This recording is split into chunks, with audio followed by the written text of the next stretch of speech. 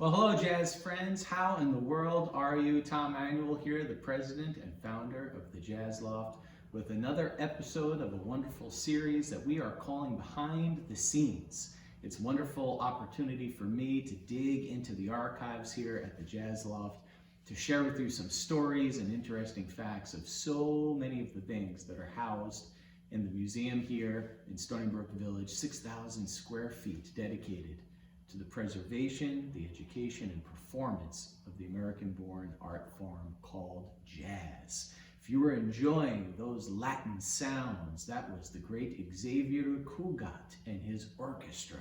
An interesting character. Cugat was born back in 1900 in Spain.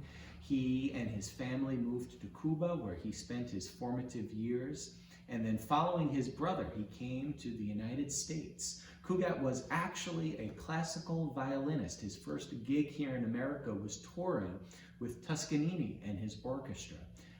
Cugat was frustrated. He felt like he wasn't making the money that he wanted to make, and he wasn't really enjoying the arduous travel schedule. While on the train with Toscanini, he noticed that the great maestro was often drawing these cartoons, and to pass the time, Toscanini taught Cugat how to draw cartoons. Cugat kind of took to it. It was something to pass the time.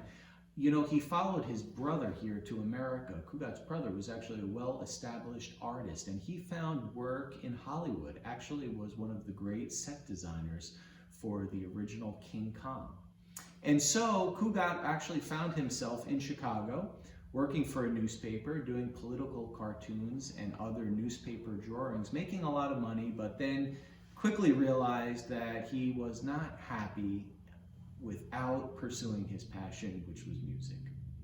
And so his mind started going, how do I play music but make money? Man, that's a question that has not faded here all these years later. And he realized that quite possibly maybe if he was to play popular music or get his music, at least that he was accustomed to playing and knew, into the popular mode, that might be a possible avenue. And so the Xavier Cugat Orchestra was born.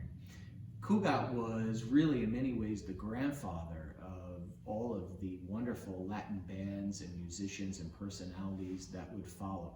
In many ways, historians look back to Cugat as being the first person to introduce Latin American music to the United States, certainly to bring it to popularity. He was without doubt one of the most important and popular personalities in Latin music, and in most cases was probably the first Latin music that many Americans had heard.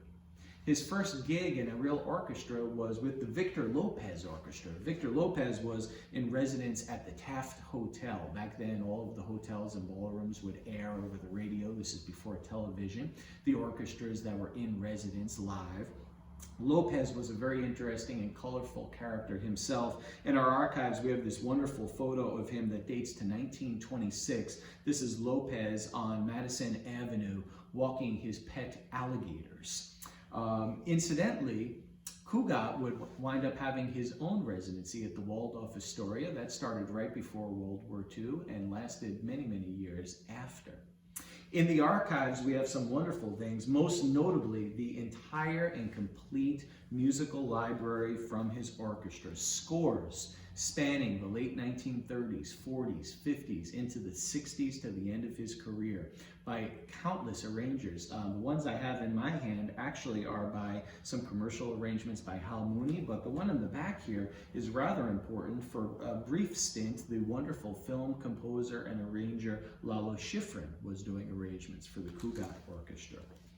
We also have some photographs having to do with Cugat and his artistic endeavors. Started off as a cartoonist, but really became a well-known and recognized artist in his own right, having gallery exhibits throughout the United States and throughout the world. We have several great movie posters that really depict and tell the story of Cugat's involvement in Hollywood during the golden years of the 1940s and 50s. This one, with one of his 5 wives, Abbey Lane. There's some unique items in our archives, thanks to a good friend of ours out in Los Angeles, California, who recently sent them to us. This would be Cugat's divorce papers from Italy, from Miss Lane. We'll leave it at that. Also from Los Angeles, California, a recent donation, a wonderful photo from the late 1930s. This is Cugat and his orchestra in Cuba.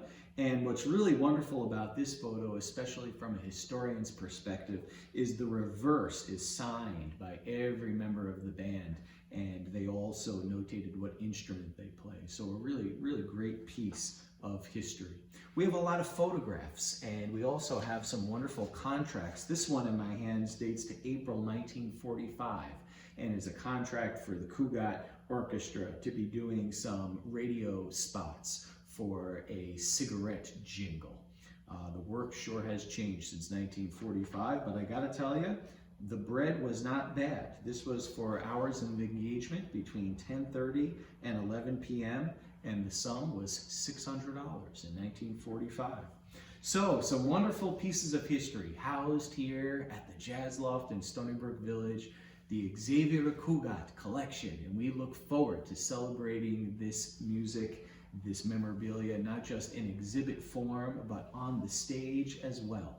So we hope to see you soon. We hope you enjoyed this episode, and we hope that maybe we've inspired you a bit and turned you on to Coogie, Mr. Xavier Cugat. Take care. God bless. We'll see you soon.